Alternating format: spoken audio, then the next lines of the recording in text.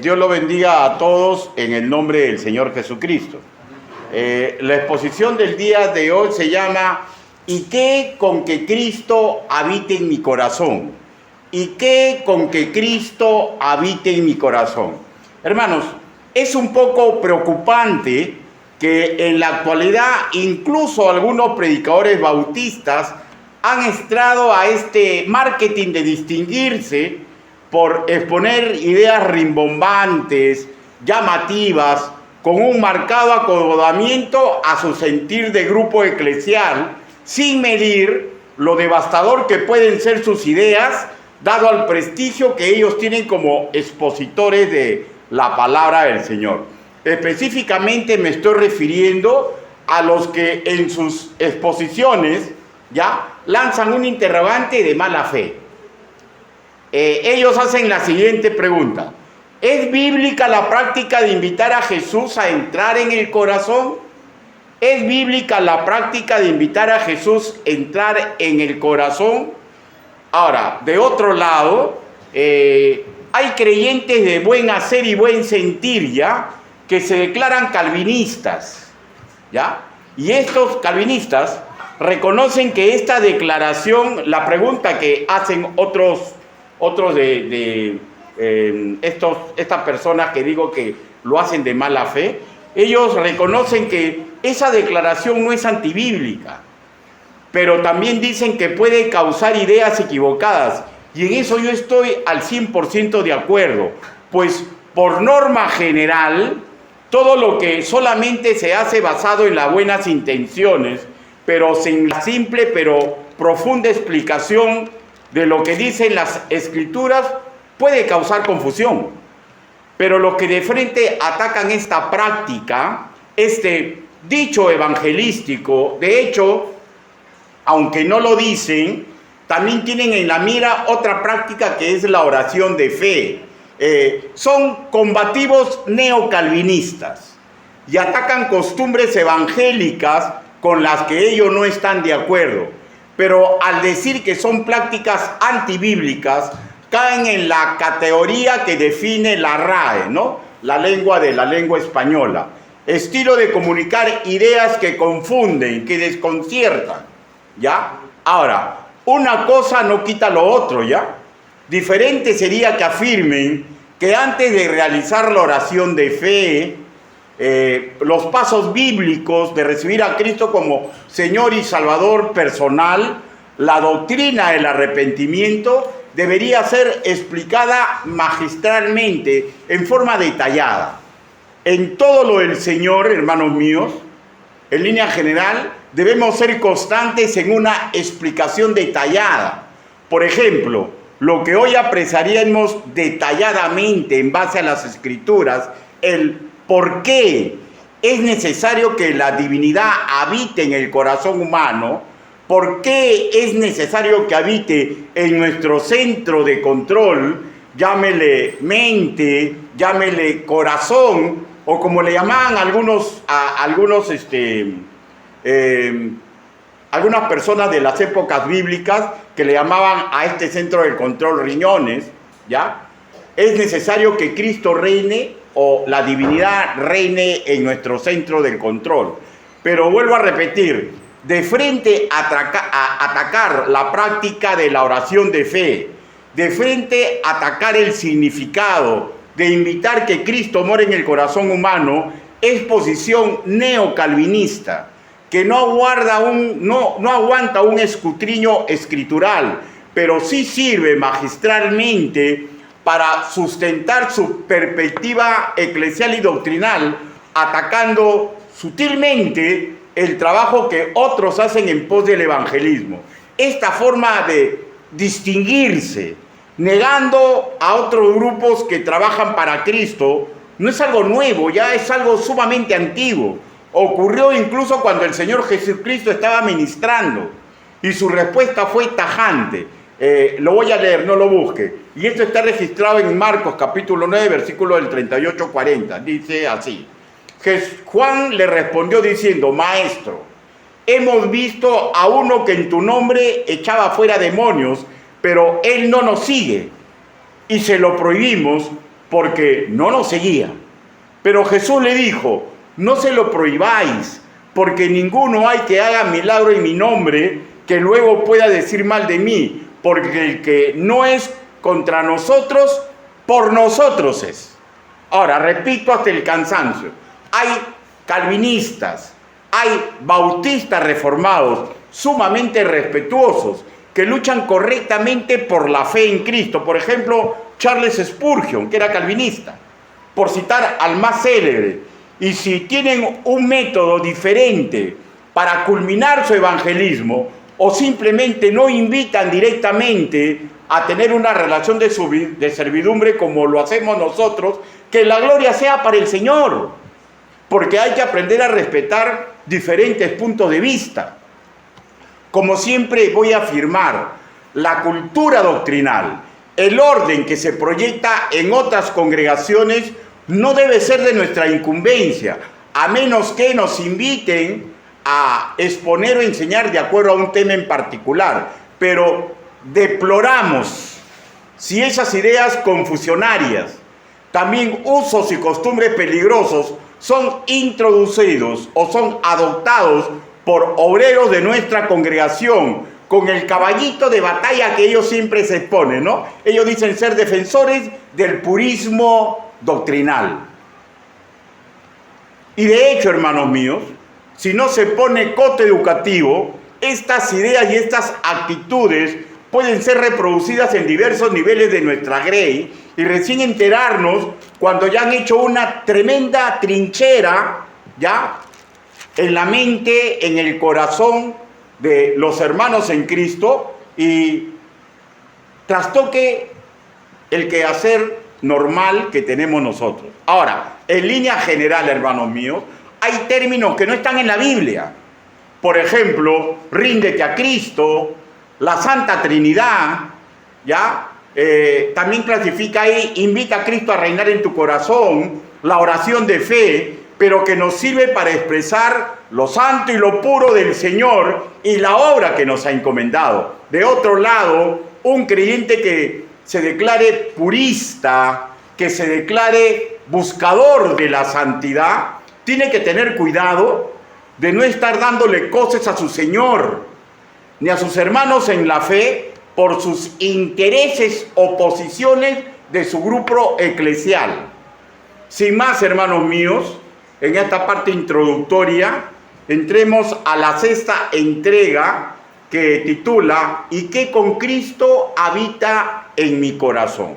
Ya saben, la sexta entrega de la serie Términos e ideas confrontadas con las Escrituras. Para lo cual, hermanos míos, busquen Efesios, capítulo 3, versículo 20.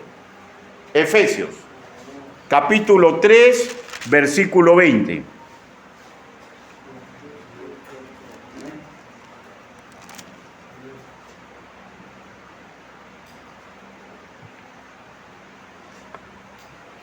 Si ya lo ubicó y no está delicado de salud, por favor póngase de pie. Efesios capítulo 3, versículo 20. Los que sufran un poquito de la vista se va a poner ahí ya, así que no hay ningún problema. Pero siempre es bueno que usted busque para que se acostumbre a buscar los versículos en la Biblia, ¿ya? Efesios capítulo 3, versículo 20. Y aquel que es poderoso para hacer todas las cosas mucho más abundantemente de lo que pedimos o entendemos, según el poder que actúa en nosotros. Todos a la vez, hermanos míos, leamos el versículo. 1, 2, 3. Y a aquel que es poderoso para hacer todas las cosas mucho más abundantemente de lo que pedimos o entendemos, según el poder que actúa en nosotros. Palabra de Dios. Permítame que ore. Bendito Padre Celestial, mis hermanos aquí reunidos comprenden a cabalidad que no existe hombre digno de predicar ni enseñar su evangelio. Señor, pero hoy usted me está dando la oportunidad. Hable, Señor Yahvé. Permita que el trabajo que he preparado, Señor, sea usado por usted para que su doctrina retumbe en nuestra mente. en nuestro corazón. Ayúdenos, papito lindo, porque hemos venido aquí a escuchar su perfecta voz taladrando nuestra mente. Así le pedimos, así le suplicamos, en el nombre bendito del Señor Jesucristo. Por favor, tomen asiento. Repito ya, invitar a Cristo a reinar en el corazón solamente es un método evangelístico, ¿ya? Una frase como lo sería, tienes que rendirte a Cristo, como expresión evangelística o como una exhortación de un educador a verdadero nacido de nuevo para que mejoren en su mayordomía. Esa lucha la inicia Dios mismo desde nuestro interior. Nunca olvidemos que durante años y años nuestra mente, corazón, antes de venir a los pies de Cristo, ha sufrido una influencia cotidiana del mundo y su cultura perniciosa y pecaminosa. Nuestra conciencia, escúcheme, sí sabe lo que es bueno, pero años y años antes de venir a los pies de Cristo, nuestro corazón, nuestra mente ha sido sometida a incesantes engaños en contra de Dios y su moral, para convencernos de que lo que es bueno para nosotros, ¿ya?, es también bueno para Dios. Y no siempre es así. No siempre es así. Nuestra conciencia, hermanos míos, repito, sabe lo que es bueno. Pero ese incesante engaño ha taladrado nuestra mente y nuestro corazón. La neurociencia afirma que el cerebro humano es fácil de engañar. Si se le repite algo que no es correcto y que no es útil, pero repitiéndoselo y diciéndole que es útil, el cerebro, ante este incesante bombardeo, ahora hablemos doctrinalmente de basura espiritual, de costumbres perniciosas a la moral de Dios, va a ser difícil que sea arrancado, porque ya el cerebro engañado lo tiene por propio y por correcto y por útil. Por eso que es tan difícil arrancar de nuestro ser todo lo que usted y yo ya sé que es contrario a la moral y a la fe de nuestro Señor. Por ello es que torrentes de agua viva, de procedencia divina, desde nuestro interior, tiene que iniciar la lucha contra esta carga ideológica, esta basura espiritual acumulada. Recordemos, hermanos, que las Escrituras nos advierte que la guerra siempre ha sido en la mente del creyente, del ser humano. Situación lógica, porque también las Escrituras nos revelan que del corazón humano mana la vida. Proverbios capítulo 4, versículo 23. Y que también del interior nuestro surge todo apetito desordenado de placeres. Mateo capítulo 15, versículo 19.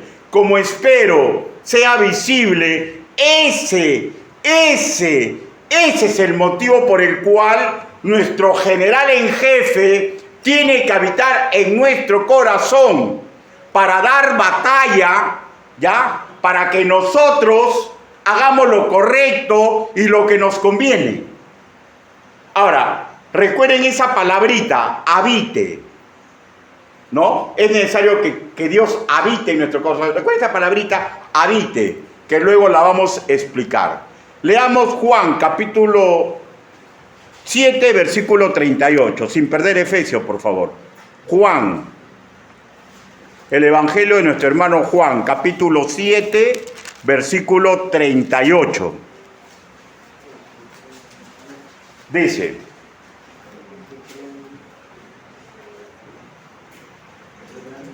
Juan capítulo 7, versículo 32 dice: el que cree en mí, como dice la Escritura, de su interior correrán ríos de agua viva.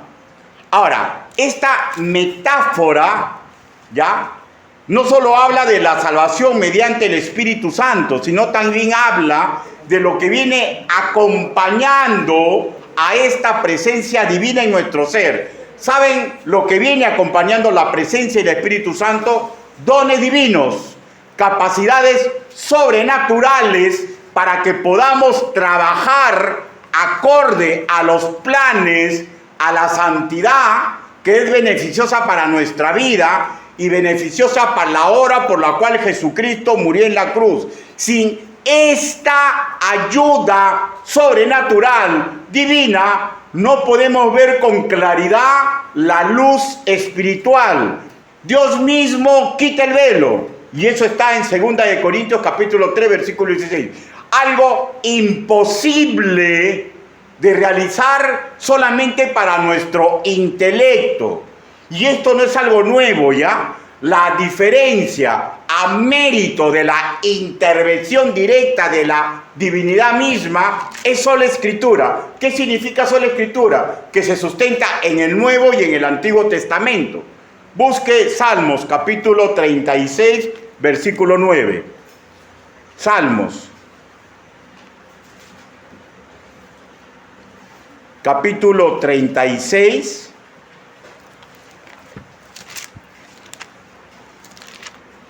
versículo 9. Dice, ¿lo tenemos? Dice, porque contigo está el manantial de la vida, en tu luz veremos la luz.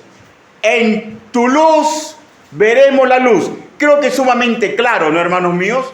Sin la luz de Dios es imposible que podamos distinguir la luz del Señor, ¿ya? Las cosas buenas que Él aguarda, que quiere que nosotros andemos en un mundo de sombras, en un mundo que está puesto exprofesamente para engañar a nuestra mente, a nuestro deseo, a nuestro corazón. Trampas que el demonio ha puesto mediante el sistema pecaminoso, pero el trabajo demoníaco, mediante este sistema pecaminoso, ataca directamente al centro del control del ser humano. De ahí que la mayoría a lo malo le dice bueno. ¿Ya? Ahora, este velo no puede ser removido completamente si no es por la ayuda divina.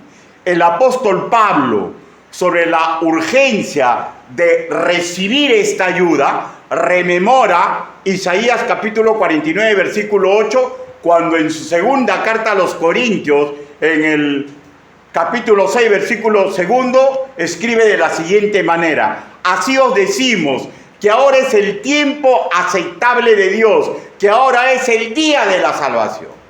Un llamado apasionado, como decimos en la actualidad los predicadores, un llamado de doble punta, tanto a los que aún no eran de Cristo, que congregaban con los corintios, ¿ya? Y también aquellos que siendo del Señor, al parecer estaban equivocando el camino. Es muy probable, hermanos míos, que si en aquel entonces hubiera existido, por ejemplo, un sirviente de mi cultura, ¿ya?, influenciado por el trabajo de Pablo a favor de los perdidos que están engañados y por creyentes, verdaderos creyentes detectados que son pusilánimes, un hombre de mi cultura hubiera dicho lo siguiente: les es necesario que Cristo reine en sus corazones.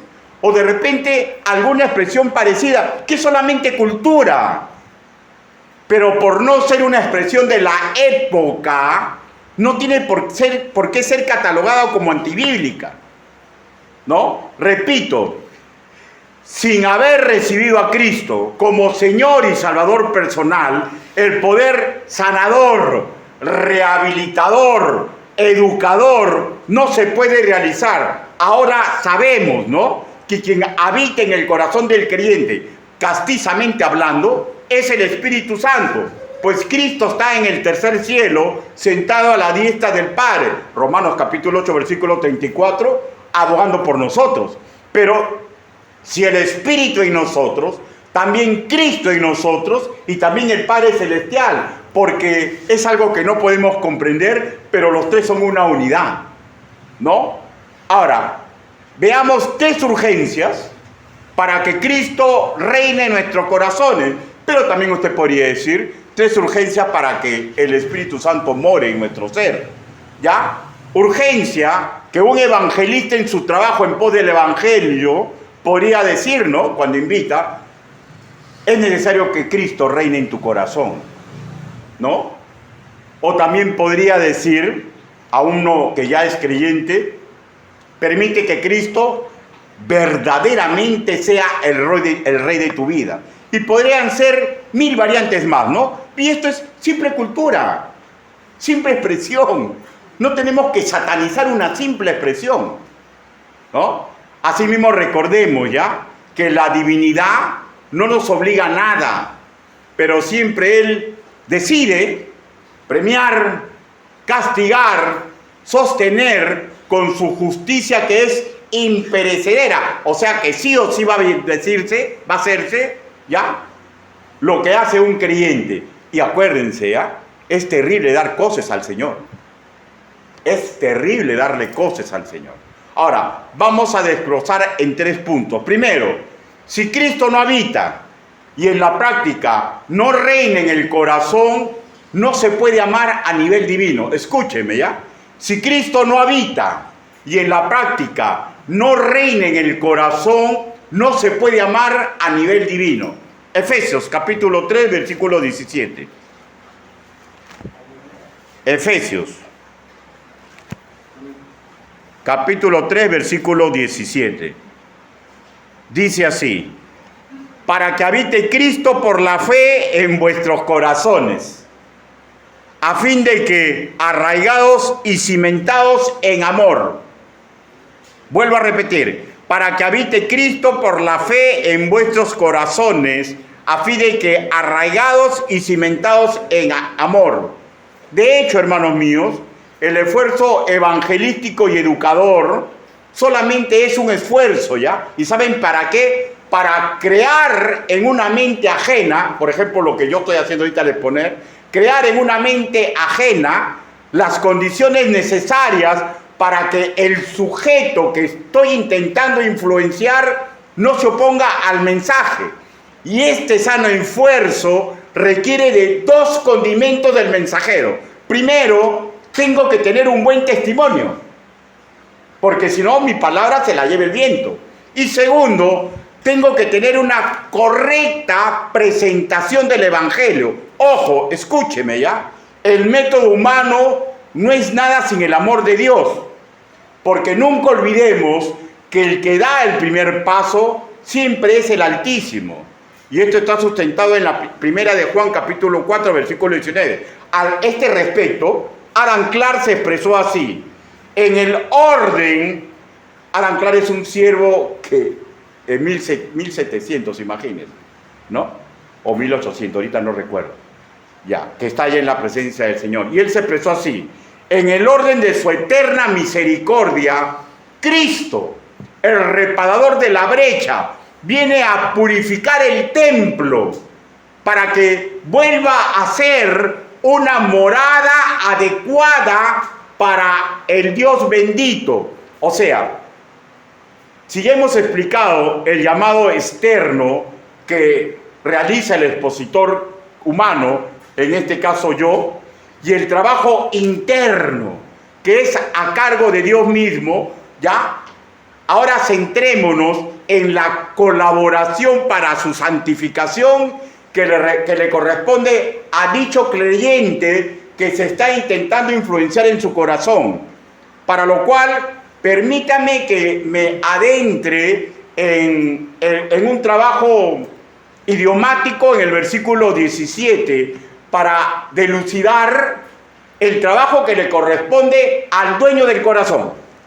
Al dueño del corazón. Cuando en castellano, en nuestra Reina Valera leemos en el versículo 17, habite, ¿se acuerda que le dije que tenga presente este término?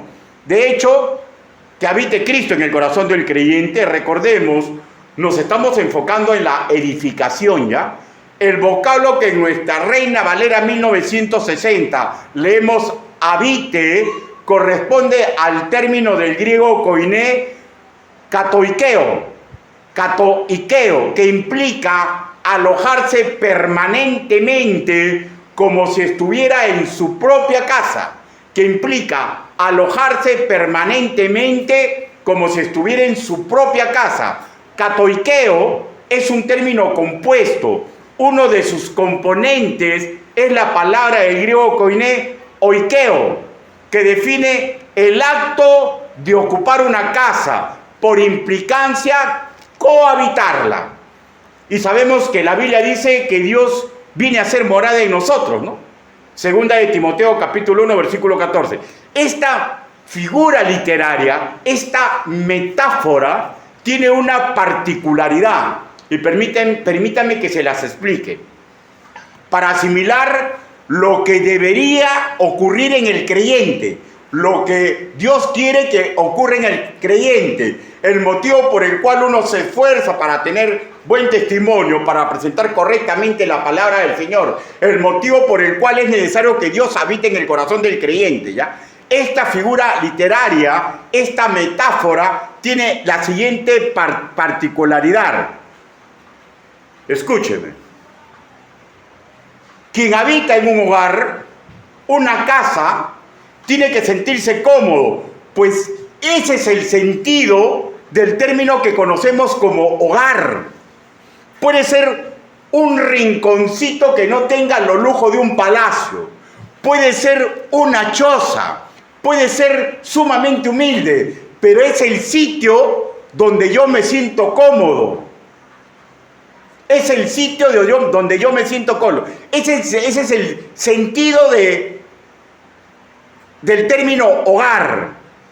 Por tanto, oikeo no solamente implica que ahora tenemos un huésped, sino que este huésped tiene que sentirse cómodo, como si verdaderamente fuera su hogar, como si verdaderamente fuera el tercer cielo, ¿ya? Y para que Cristo se sienta cómodo en un corazón humano, no tiene que apreciar perfección, porque ningún ser humano puede ser perfecto. Esto es un imposible, pero sí tiene que apreciar un genuino deseo de separarnos del mundo y de su pecaminosidad, un genuino intento de poner en obra la sabiduría del Espíritu Santo que nos hace recordar lo que ya hemos aprendido. No puede tener comodidad el Altísimo ni satisfacción plena ante un hijo rebelde a su visión de vida. Escúcheme, por favor. Es una figura ajena al Evangelio, un creyente nacido de nuevo que no congregue. Esta es una figura ajena, ¿ya? Un creyente sí o sí tiene que congregar. De repente puede ser un tiempo que por motivos X no congregue, pero de todas maneras comienza a sentir ese ardor, esa necesidad. O sea, es una figura ajena al Evangelio, un creyente que no congregue, ¿ya? Pero no es una figura ajena al Evangelio, escuchen, pero no es una figura una figura ajena al Evangelio, que haya creyentes que rebeldemente se niegan a claudicar en su corazón, que se niegan a darle el trono de su vida al legítimo dueño. ¿Quién es el dueño de mi vida? ¿Quién me compró con precio? Jesucristo al morir en la cruz.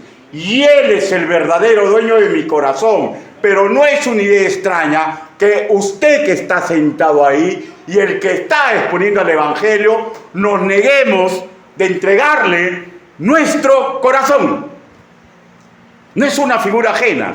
De ahí que es necesario que Jehová Jireh, que Dios de los ejércitos, more en nuestro corazón. De ahí es necesario el pedido de colaboración del dueño del corazón. De ahí es necesario que el expositor del Evangelio tenga que comprender su responsabilidad y sea buen testimonio, ¿ya? Y que se esfuerce en presentar el Evangelio. Pero nos estamos centrando en el dueño del corazón. Si el dueño del corazón no acepta su papel de colaborador, a la larga va a callar la voz del Espíritu Santo, pues es una forma rebelde de neutralizar esos ríos de agua viva, la posibilidad real de cambiar todo aquello que nos separa de ser un imitador de Cristo. Escúchenme, escúchenme, escúchenme, por su propio bien. Tenemos que claudicar. Cuando nos damos cuenta que la Biblia no avala lo que nosotros queremos hacer, tenemos que claudicar, porque todo el poder de Dios no va a avasallar el corazón humano. Por eso que Dios dice que somos colaboradores suyos. ¿Y dónde empieza la colaboración? No en la iglesia, no en la casa, no en el mundo. Empieza la colaboración entregándole el centro de nuestro control a nuestro general en jefe, para que él arme su estrategia, para que con esos ríos de agua viva se lleve todo lo que se tenga que llevar. Dios, hermanos míos, tiene una paciencia infinita, más allá de cualquier comprensión. De ahí es que la salvación no se pierde para un verdadero creyente, ¿no? Pero si estamos tercamente resintiéndolo, hermanos, comprendamos que no somos un islote, ¿ya? El creyente nunca ha sido un islote, es parte de un cuerpo. Y cuando tercamente me resisto, ¿ya? Fácilmente me vuelvo tropiezo para mi comunidad de fe. Fácilmente me vuelvo tropiezo para mi propia familia. Fácilmente me vuelvo tropiezo para la sociedad a la cual pertenezco. Pues si yo no permito que Dios trabaje en mi vida, yo voy a ser el que incentiva. Yo voy a ser con mi rebeldía contumaz, ¿ya? El que sume problemas y no soluciones a mi familia de sangre y a mi familia espiritual. Cuando el Altísimo se siente cómodo, ¿saben cuándo es? Cuando hay obediencia de nuestra parte, no perfección. ¿Ya? Y hablamos de un genuino deseo de acatar la voz divina que nos indica el camino por recorrer. Cuando dejamos que esos ríos de agua viva, repito, se lleve lo que tenga que llevarse. Y eso lo posibilitamos con nuestra obediencia, aunque no comprendamos, aunque sangre en nuestras rodillas, aunque nuestro cerebro se rebele. ¿Y saben por qué ocurre eso? Porque cuando uno acepta la obediencia, ocurre que nuestro crecimiento es en esencia al amor, porque nos estamos arraigando y nos estamos cimentando en él. Adam Clarke, sobre esta metáfora de arraigarnos y cimentarnos, explica así. Arraigarnos, una metáfora tomada de la agricultura, la otra tomada de la arquitectura. Como árboles debemos estar arraigados en amor. Ese es el suelo en el cual deben crecer nuestras almas, en el amor infinito hacia Dios, por Dios, y esas almas deben echar raíces mediante su fe. Hermanos, tiene que tener fe, y la fe nace por el oír la palabra del Señor. Hermano, yo no sé qué problema tenga usted, ¿ya? Tu problema, mi problema para no querer acatar a Dios es diferente, o puede ser parecido. Cada uno tiene un problema diferente, pero mediante la fe podemos vencer gigantes, porque detrás nuestro, delante nuestro, diciéndonos que nos tiene en la palma de la mano, está Dios de los ejércitos. Pero como en todo combate, si yo no sigo las indicaciones de mi jefe, ¿voy a poder vencer? Es imposible. Por eso es que se llama guerra espiritual. Hermanos, Usted está sometido a las mismas tentaciones que mi persona. Todos tenemos conflictos por resolver, pero uno tiene que comprender qué es lo que Cristo ha hecho por mí. Me ha sacado de la ignominia, por ejemplo, en caso mío, y me ha puesto sobre pastor de una congregación, que está atento a lo que yo hago y a lo que yo digo. Pregunto, ¿no es suficiente todo lo que Dios me ha dado para que yo me arraiga y me sostenga en la obediencia por amor a Dios y por amor a aquellos que debo de cuidar? ¿No será lo mismo con usted? Yo creo que sí. Lo que nos lleva al segundo punto. Si Cristo no habita y en la práctica no reina en el corazón, no podemos comprender la utilidad perfecta de su amor. Si Cristo no habita y en la práctica no reina en nuestro corazón, no podemos comprender la utilidad perfecta del amor. Efesios capítulo 3, versículo del 18 al 19.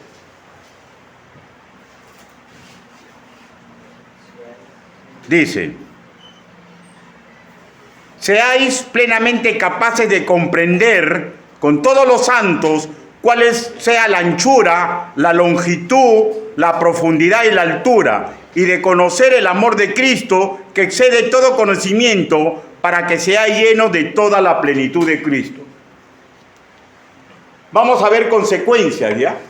Escúcheme, por favor. Quien se arraiga y se cimenta en el amor de Dios hacia su Señor y Salvador, no solamente va a suspirar por Él, sino que va a dar pasos para amar al estilo divino, y siendo el amor de Dios sacrificial, ¿ya?, en beneficio del prójimo, ese amar tiene que ser un acto entrelazado en suspirar por lo que el amado dice en las Escrituras. ¿Cuál es la forma perfecta y correcta de amar? Cuando suspiramos por Dios, cuando dejamos que esos ríos de agua viva corran, cuando nos arraigamos en Dios. ¿Saben cuál es el fruto? El fruto es que vamos a aprender a amar al estilo divino. El ser plenamente capaz de comprender lo que comprenden otros hermanos en la fe, como acá dice, otros santos.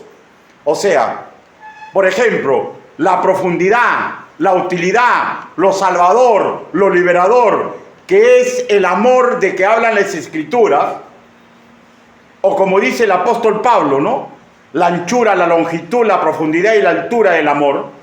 Veamos que es otra metáfora, ¿ya?, ahora de una construcción tridimensional de un edificio en amor, algo que es sumamente útil como fortaleza y como confort para impulsar el amor. ¿Ya? Ahora, voy a explicar después cómo comprender como los otros santos. Pero recordemos ahorita por enésima vez, las maravillas de Dios no pueden ser separadas de un amor sacrificial hacia la persona amada. El Altísimo nos da ejemplo perfecto en sus tres personas divinas. El Padre entregó al unigénito, el Hijo voluntariamente fue a la cruz y el Espíritu Santo aceptó habitar en nosotros, aunque ensuciemos el templo humano. El amor de Dios para con nosotros es sacrificial. Ahora, el ser plenamente capaz de comprender, implica no solamente un acto que sin la divinidad no sería posible, sino también implica que es un modelo a seguir. Ya hablamos del ejemplo perfecto de la Trinidad, cuando se escribe que es capaz de comprender como los otros santos. O sea, explico, ¿de quién se aprende por naturaleza? El Hijo debe aprender del Padre, ¿ya? Los menores de los mayores de la fe, la grey de los oficiales con el pastor a la cabeza, ¿ya? Y esto no es opcional. No se olvide que a mucho le dio, mucho se le exige. Lucas capítulo 12, versículo 48. O sea, esa capacidad de comprender como los otros santos implica que cuando tú o cuando yo estoy, no, ¿cómo comprende el pastor esto? ¿Cómo mi padre comprende esto? Entonces, tiene que haber siempre un ejemplo delante de nosotros. He ahí la responsabilidad de los padres de cimentarse en el amor, porque sus hijos ven por válido lo que ellos hacen. He ahí el motivo por el cual el pastor y los oficiales tienen que cimentarse en el amor. He ahí en lo cual el que trae a alguien nuevo tiene que cimentarse en el amor, porque el nuevo lo ve al más antiguo.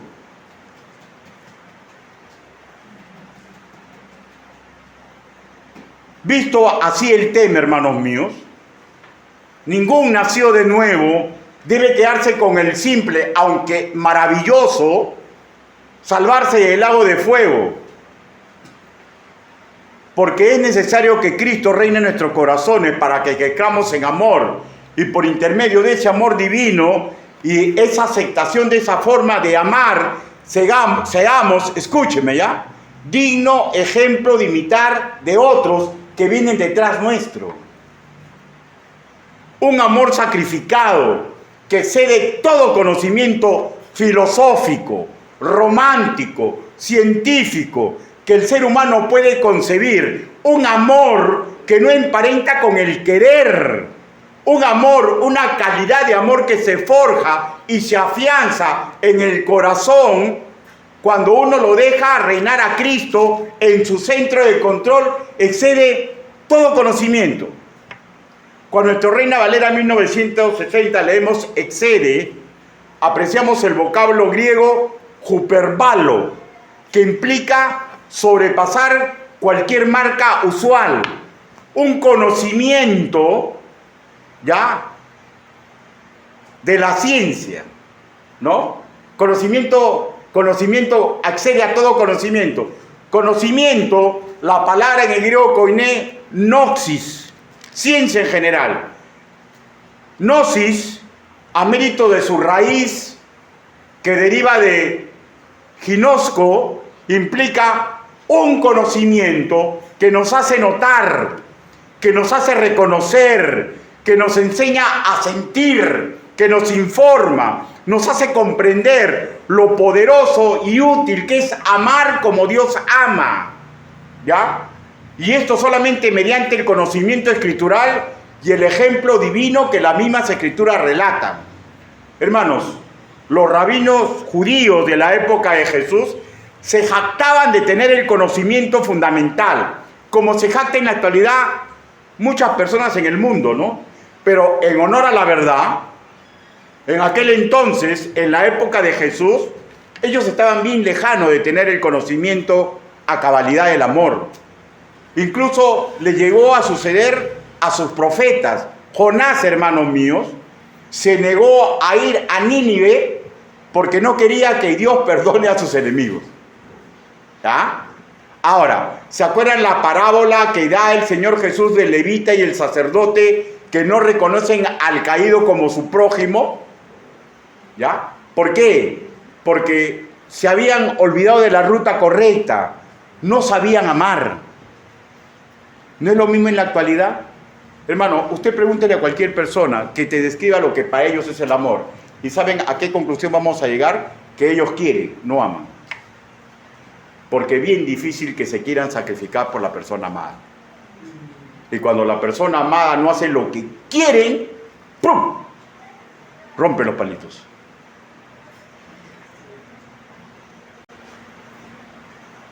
Y fue necesario que venga el Señor Jesús y no dé una nueva historia, sino que, vuelvo a repetir, que Él, su doctrina renovaba lo que ya existía.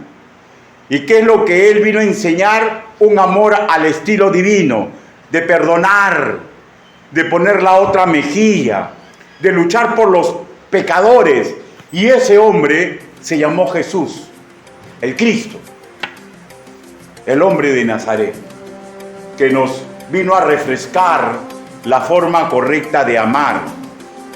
Hermano, los judíos estaban errados, los griegos estaban orgullosos en su filosofía, su estoicismo, que eran capaces de morir, de suicidarse.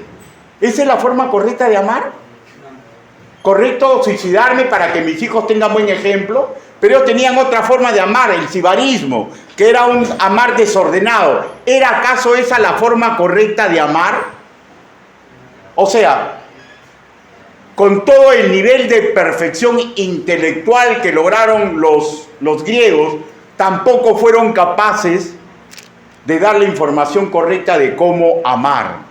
Amar como Jesús amó es el único camino a la plenitud. De hecho, quienes deciden practicar, imitarlo, dejando que Cristo, sus métodos, sus planes, reinen en su corazón, reinen en su vida, perdónenme. ¿Saben dónde inicia?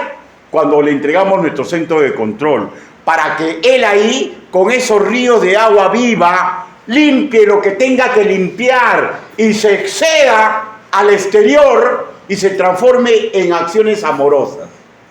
De ahí que un creyente es capaz de morir por otra persona. Un creyente es capaz de poner la otra mejilla. Un creyente es capaz de seguirle predicando a personas que sabe que se burlan de él. Un creyente es capaz de exponer el amor. Pero para eso tenemos que dejar que Cristo reine en la práctica en nuestro corazón. La idea resultante de ser llenos de plenitud divina es la siguiente. Un creyente que ha claudicado en su corazón, que le ha entregado su centro de control, y porque comprende que esta es la única forma de combatir su propio ego, su propio narcisismo, su propio egoísmo, su propio yoísmo, porque sabe, ya comprendió, porque intelectualmente Dios lo ha convencido y el Espíritu lo está haciendo un llamado para que se santifique, ya ha comprendido que su propia pecaminosidad no es fácil de vencer, porque se enfrenta a años y años y años de una influencia pecaminosa que nos hace ver como bueno y agradable lo que es malo. Y Cristo quiere hacer la lucha y tiene todo el poder y nos dice: colabora conmigo. Asimile usted ahora por qué ese sano intento de un correcto educador nacido de nuevo, de esforzarse por predicar correctamente el Evangelio. Asimila usted por qué es necesario que los padres se esfuercen pese a sus naturales debilidades para que sus hijos comprendan que Cristo es real. Asimilan ahora ustedes por qué los maestros de la escuela dominical, los que están trabajando en la iglesia, se esfuerzan y a veces hasta parecen tontitos, ¿no? Parecen hasta tontitos, ¿no? ¿Y saben por qué? No son tontitos, sino que le están dando una muestra de amor, para que ustedes vean que si un ser humano es capaz de amar como Cristo amó, usted también lo puede hacer. Pero tenemos que entregarle nuestro centro de control para ser llenos de la plenitud divina. Hermanos míos, esta plenitud divina no es gratis. ¿Y saben por qué? Porque el amor sacrificial implica tiempo, implica estudio, implica quemar mi propia carne, implica dejar mis deseos naturales, incluso implica perder dinero, pero no hay otra manera de crear la condición favorable para que la obra de Dios cautive un corazón, y de ahí otro, y de ahí otro, y de ahí otro, para Cristo sea glorificado por intermedio nuestro. ¿Por qué luchar contra una cultura piadosa de verdaderos expositores del Evangelio que piden a los creyentes que permitan que Cristo habite en su corazón? Qué sutil es el enemigo, ¿no? Ha engañado a ciertos hombres y mujeres que dicen, eso es antibíblico, y se encuentran luchando contra Dios, porque usted acaba de verlo, hemos leído la Escritura, para que Cristo habite en el corazón.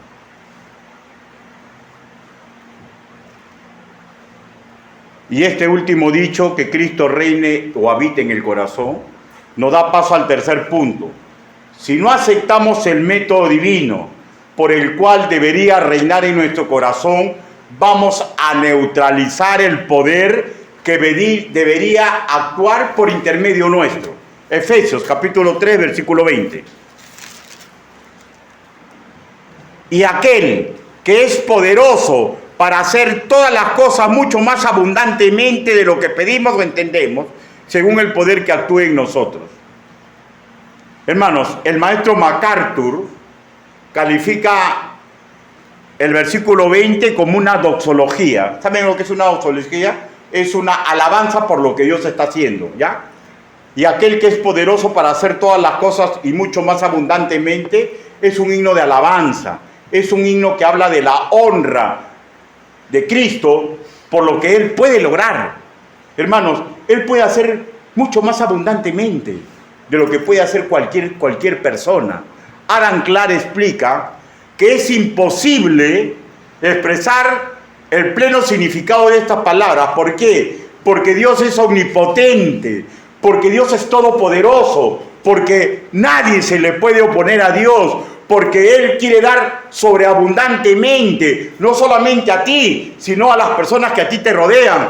Y Él ha decidido usar vasos humanos. Te quiere usar a ti y me quiere usar a mí. ¿Alguien puede dudar de que Dios puede hacer maravillas con cualquier ser humano? Si usted me hubiera conocido hace 30 años, probablemente me hubiera odiado. O probablemente hubiera estado a la defensiva contra mi persona. ¿Alguien podría dudar que Cristo puede hacer maravillas en un ser humano? Pero fatalmente le voy a decir, hermano, que no hace una fuerza irresistible para que esto ocurra, ¿ya? El Altísimo nos declara colaboradores, sus obreros, y esto implica que nos deja la decisión de entregarle nuestro propio corazón. El que obedientemente hace lo que Cristo quiere que haga, ¿ya?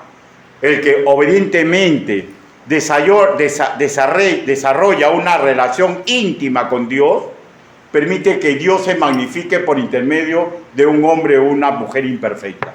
Hermano, en usted no hay perfección y en mí tampoco. Pero yo aseguro, yo he visto maravillas en mi vida. He visto cosas que nunca pude dominar, que ahora las domino. Pero no estoy, ahora lo domino. La gloria sea para ti, porque sin ti nunca lo hubiera podido hacer. Su poder es inconmensurable. Puede mejorar todo lo que usted pide. Puede mejorar todo lo que usted comprende como bien. Y puede llevarnos a una sabiduría práctica en abundancia. Pero requiere, repito, nuestra colaboración en forma de obediencia. Si esto se da, ¿ya? No vamos a limitar la obra que Dios puede hacer por intermedio de nosotros. ¿Se acuerdan lo que dijo Jesús? Dijo, y ustedes van a hacer maravillas más grandes. ¿Pero por qué? Porque Él va a obrar en quien se dije usar. Y todos, hermanos míos, tenemos que poner las barbas en remojo, ¿ya? Porque, repito, es una idea extraña que un verdadero creyente no congregue el domingo. Es una idea extraña para el Evangelio, ¿ya? Pero no es extraña que usted y el que está predicando seamos rebeldes. No es extraña. Por eso se predica. Por eso debemos dar un buen testimonio. Porque veo a la derecha y veo a la izquierda y me miro en un espejo y veo rebeldía. Somos rebeldes. Y esto se da, hermanos míos, en todos nosotros. Juan, capítulo 14, versículo 12.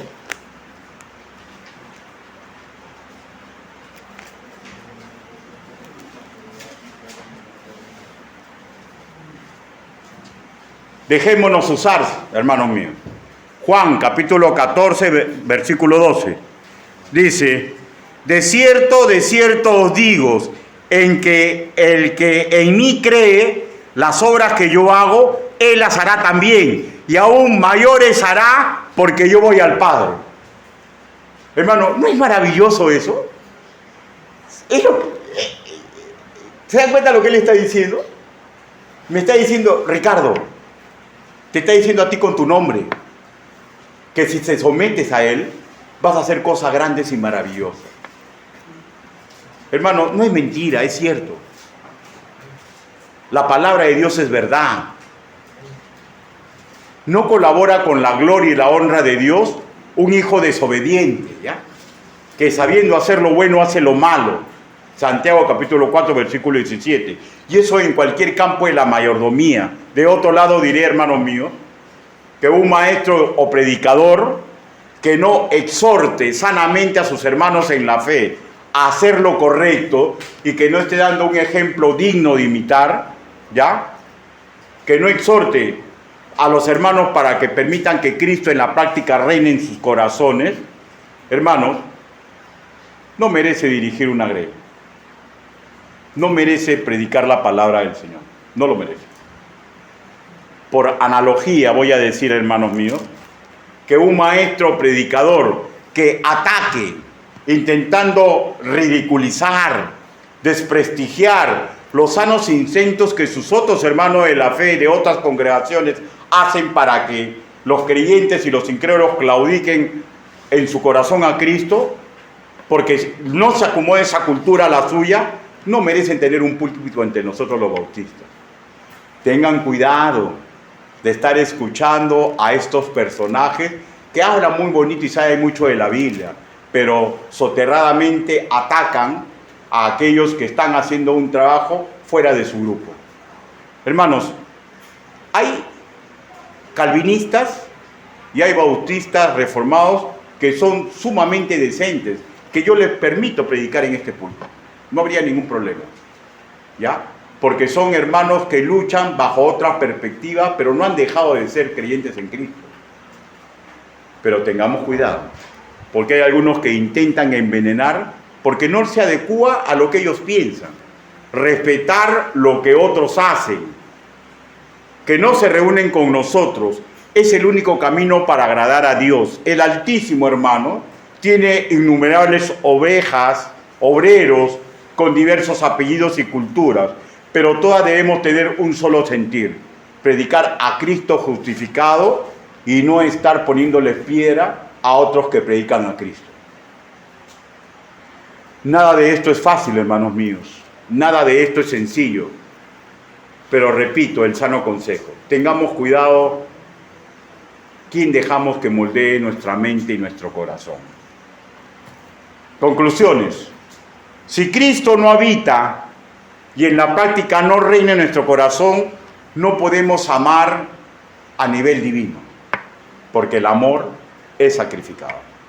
Segundo, si Cristo no habita y en la práctica no reina en nuestro corazón, en nuestro centro de control, no podemos comprender la utilidad perfecta de su amor, impreso en las Escrituras. No podemos comprender por qué es tan importante perdonar. No podemos comprender por qué es tan importante poner la otra mejilla. No podemos comprender por qué es tan importante que yo sacrifique mi tiempo, mi juventud, mi vejez, en pos de demostrarle amor a otras personas. Y por tercer punto, si no aceptamos el método divino para que se magnifique en nuestro corazón, vamos a neutralizar el poder que Él puede poner en nosotros para cambiar el mundo. Hermano, déjese usar. Déjese usar. Usted se ha sido alcanzado por el poder de Dios. Él quiere que usted haga cosas grandes y maravillosas. Pero todo ese magnífico poder no lo puede neutralizar el demonio. No lo puede neutralizar el mundo. Sería tirado de los pelos que Dios lo neutralice. Nosotros es que no dejamos que el poder de Dios haga que irradiemos al mundo y podamos darle esperanza, para que podamos ser difusores de la fe y, lo más importante, ¿no, hermanos míos? Para que en nuestro amor aprendan el amor de Dios. Inclinen su rostro, vamos a orar.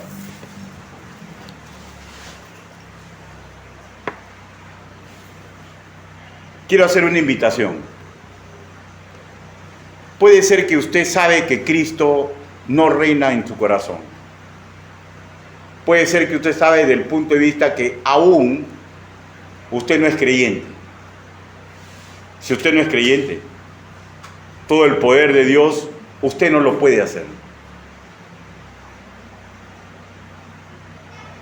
¿Quiere usted recibir a Cristo como su Señor y Salvador? Sinceramente, ¿alguien desea recibir a Cristo como su Señor y Salvador? Si ese es su deseo, si usted sabe que aún no es de Cristo, hágame una señal. Levante su mano y vuélvala a bajar. ¿Alguien desea recibir a Cristo como su Señor y Salvador personal? Hágame una señal. Dios te bendiga. ¿Alguien más desea recibir a Cristo como su Señor y Salvador personal? Ahora quiero hacer otra invitación.